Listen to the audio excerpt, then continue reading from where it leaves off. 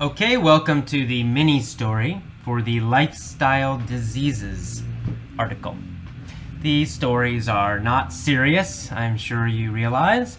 They're not supposed to be serious. They're just funny, foolish, stupid little stories to help you remember some of the new vocabulary and also to help you know how to use this vocabulary in other situations. So just listen, just relax, don't take this seriously.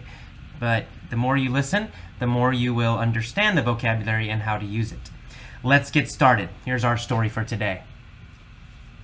There once was a guy named A.J. A.J. had a lot of excess energy. He was constantly anxious. This distracted him. He could never handle all the surplus energy he had. He couldn't focus on just one thing. His mind constantly jumped between many foci. A.J. needed an outlet for all this energy. He thought that physical exertion might help, so he practiced many sports. To enumerate just a few, he practiced basketball, baseball, American football, soccer, volleyball, swimming, etc. But these pursuits didn't solve the problem. A.J. still had too much energy.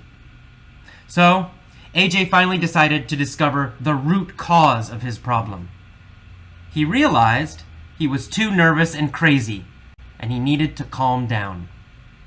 So, he decided to cultivate a peaceful mind. He meditated every day.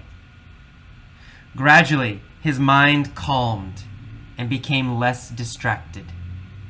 In the end, A.J. decided to cut all his hair off. He moved to a mountain and lived in a cave for the rest of his life.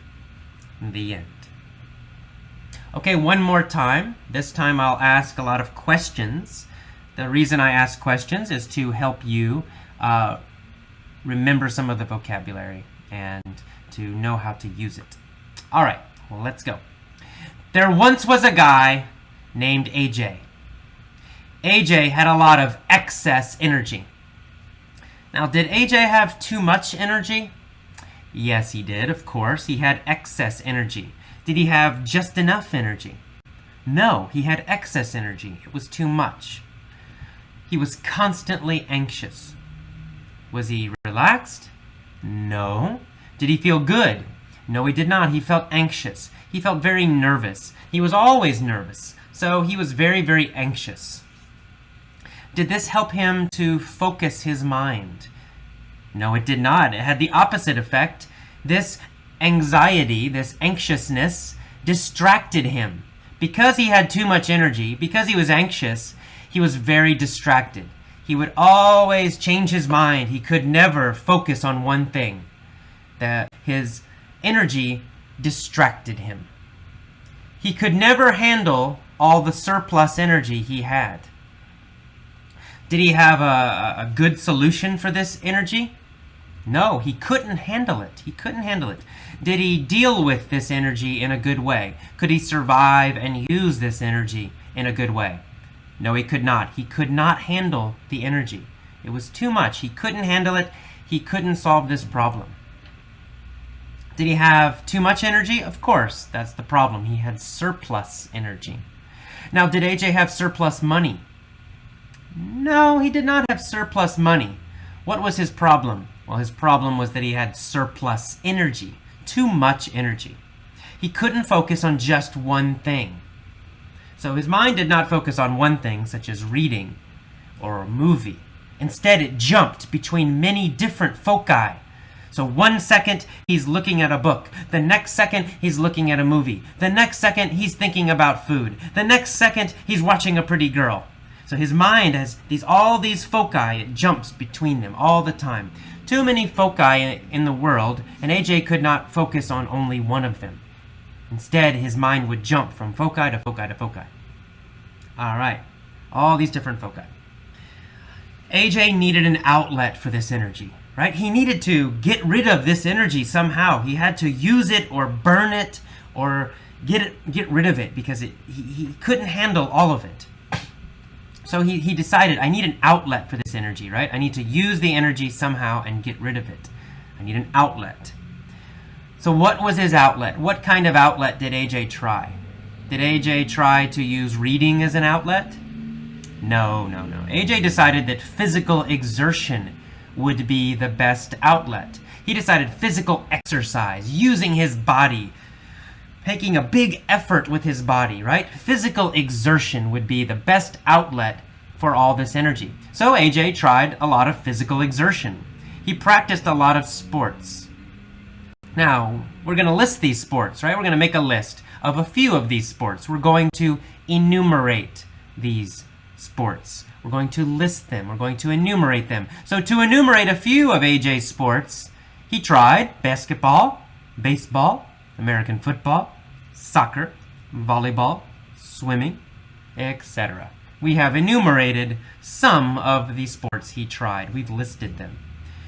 Now, did any of these pursuits that we enumerated, did they work? No, unfortunately, these pursuits did not help. They did not help at all. In fact, they gave him more energy because he got into great physical shape, and so he had better feeling, more energy. So these pursuits that we just enumerated, basketball, baseball, etc., these pursuits did not solve the problem. They made this problem worse. AJ still had too much energy. So what did he do? Well, he finally decided to discover the root cause, the true cause of this problem. What was it? Clearly, it was not his body, right? He tried all these exercises, but that didn't help. So the root cause was not something physical. It was not exercise or anything like that. The root cause was mental. The root cause, the true cause, was in his mind. He realized he was too nervous and too crazy, and he needed to calm down. He needed to calm his mind. That was the root problem, his mind. So he decided to cultivate a peaceful mind, right? He decided to take care of his mind. He decided to help his mind grow more peaceful. He wanted to cultivate it, almost like a farm. He wanted to help his mind grow and become more peaceful, more calm. He wanted to cultivate his mind. So what did he do? Well, he meditated every day. Meditate is like the Buddhist tradition, right? Breathe in, breathe out. Sit down, close your eyes. Breathing in, breathing out. That's what he did every day. He meditated. Namo tassa, right? He meditated. And did this work? Did cultivating a peaceful mind work? Did meditating every day work? Well, it did. It helped his mind grow less distracted, become less distracted. So instead of jumping around all the time between all these foci, AJ's mind started to concentrate more.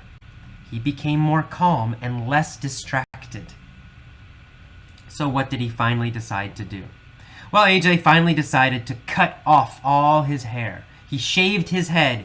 His head had no hair anymore. And he walked off into the mountains. He climbed a high mountain and he found a cave, a little hole in the mountain. And for the rest of his life, AJ lived in the cave, calmly meditating. In and out. His mind was not distracted anymore. He had cultivated a very peaceful mind. He achieved his goal. He was successful. All right, one more time, a little more quickly this time, and with a few questions. All right, one more time. There was once a guy named AJ. What kind of guy was AJ? Well, AJ was a very nervous and anxious guy. Did AJ have a calm mind? No, he did not. He had a very distracted mind. His mind was always distracted, always jumping between foci, from one thing to another. A movie, a woman, a book. He could never focus. So AJ was very distracted and very, very, very nervous. He had a lot of excess energy, too much energy. So what did he do? How did he handle all this excess energy? How did he handle all this surplus energy? How did he handle having too much energy? Well, he didn't handle it very well. He had a lot of problems. The first thing he did to try to handle it was to look for an outlet for his energy. He thought, maybe if I have an outlet for this energy, if I use it physically with my body, maybe that will solve the problem. So he searched for an outlet for this energy. He decided that physical exertion was the best outlet. Physical exercise, physical exertion, using his body in a very difficult way. So he decided, okay, physical effort, physical exertion, physical exercise, that's how I will deal with, that's how I will handle my surplus energy. So he practiced many sports. Let's enumerate a few of the sports he tried. Okay, he tried basketball, he tried baseball, he tried American football, he tried soccer, he tried volleyball, he tried swimming.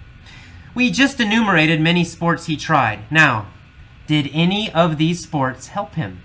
Did these pursuits solve the problem?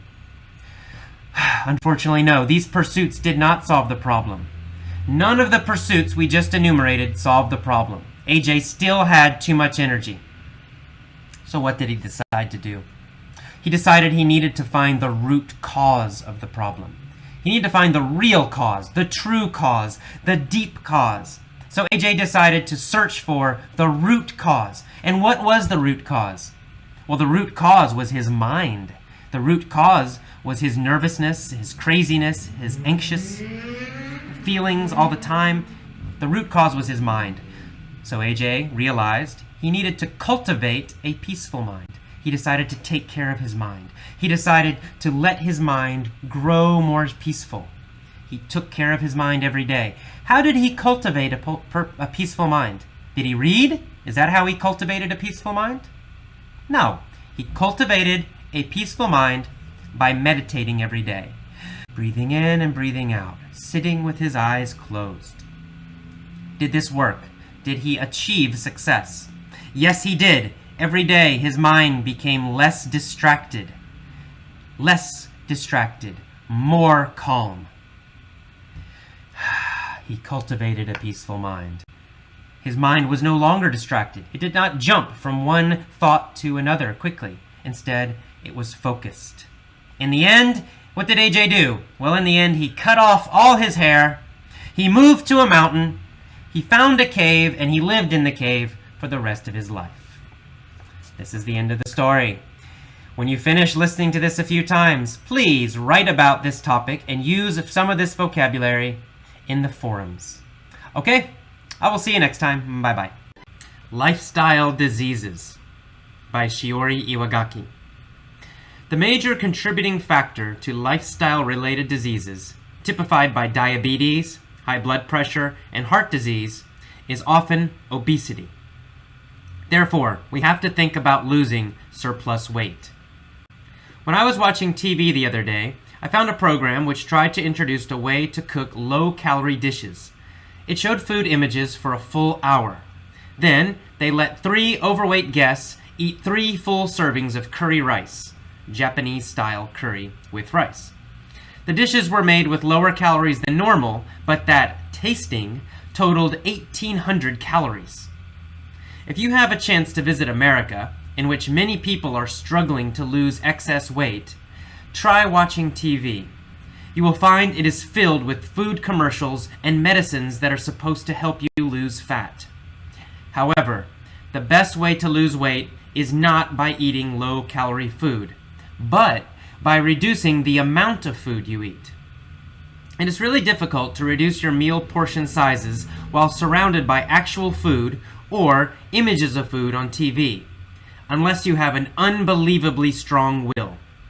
So, it is very important to keep away from this toxic food environment. But avoiding food advertising images is still not enough. Because if you want to lose weight, changing your physical environment is not enough. What is most important is to keep your mental environment free of unhealthy food images. This is important for all of us. We have to find a way to shift our mental focus from food to healthier foci such as sports, reading, or music. Perhaps instead of calling them lifestyle-related diseases, we should call them thought-related diseases. for thought and emotion are the true root causes of these diseases. If we are always worried and anxious, we may eat as an outlet for these feelings. If we constantly think of failure and problems, we may eat as a way to distract ourselves from these thoughts. Therefore, it is our negative thoughts and emotions and our inappropriate way of dealing with them that is the true cause of obesity and lifestyle-related diseases. So, our challenge is to shift our thoughts and emotions and to handle the negative ones in a better way.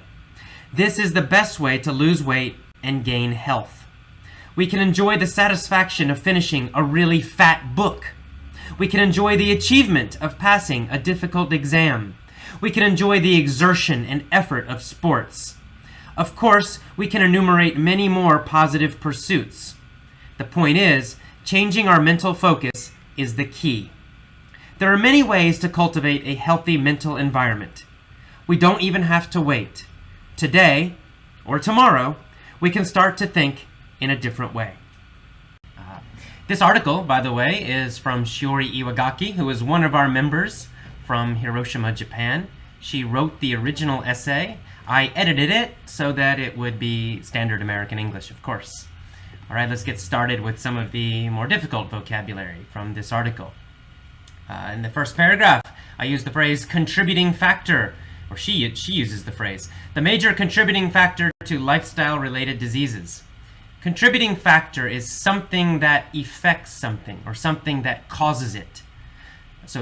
But contributing gives the idea that it's not the total cause. It's one of the causes. It might be a major cause, but there might be other things that also cause this problem. So that's a contributing factor. And a lifestyle-related disease, a lifestyle disease, is a disease that comes from how you live your life. And lifestyle means, how you eat, how you live, how you act, your actions, your food, how you sleep, your exercise habits, all your daily habits of living, that's your lifestyle. So some diseases, such as diabetes, high blood pressure, heart disease, they are caused by or contributed to by the way you live, mostly by the way you eat. Diabetes is a type of blood disease. It's a blood sugar disease. Your body cannot control your blood sugar. We use the word obesity in this article. Obesity means very, very fat. Okay, so there's fat and then there's obesity. Obesity means extremely fat, very fat, dangerously fat. All right, we'll see the word surplus in this article in that same paragraph. Surplus means extra. So you have as much as you need and then you get more. In this case, surplus weight is bad, right? You don't want too much weight. Surplus money is good. You get more than you actually need. That's great if it's money. Not so good if it's fat.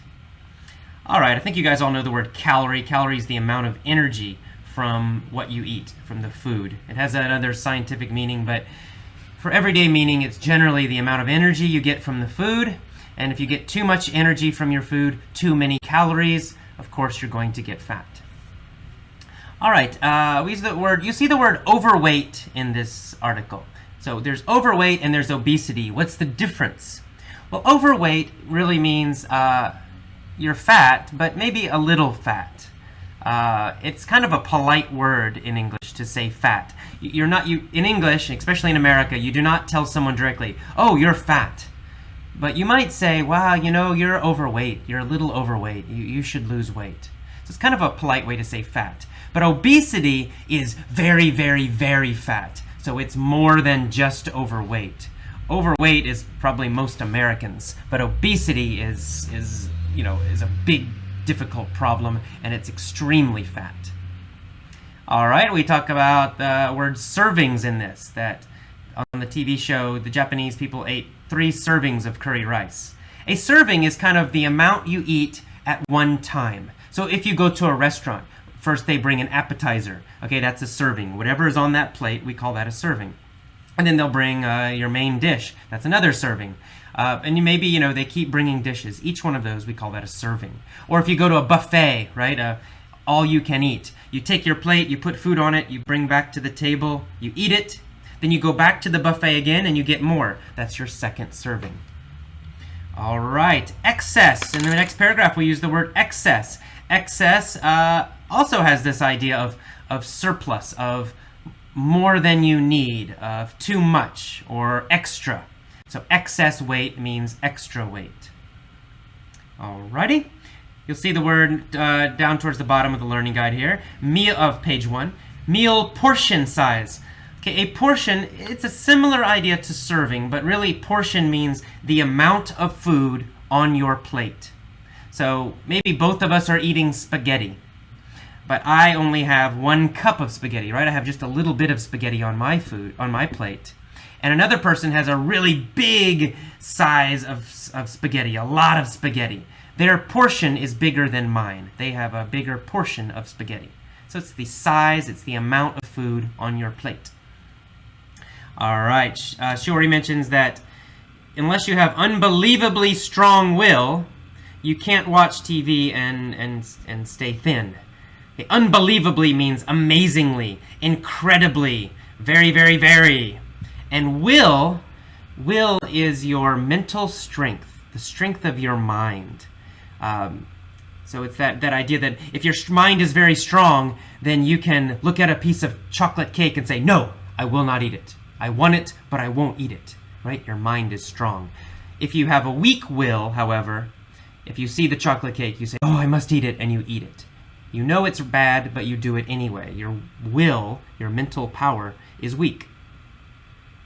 All right, down towards the bottom of page 1, I use the verb to shift. We have to find a way to shift our mental focus.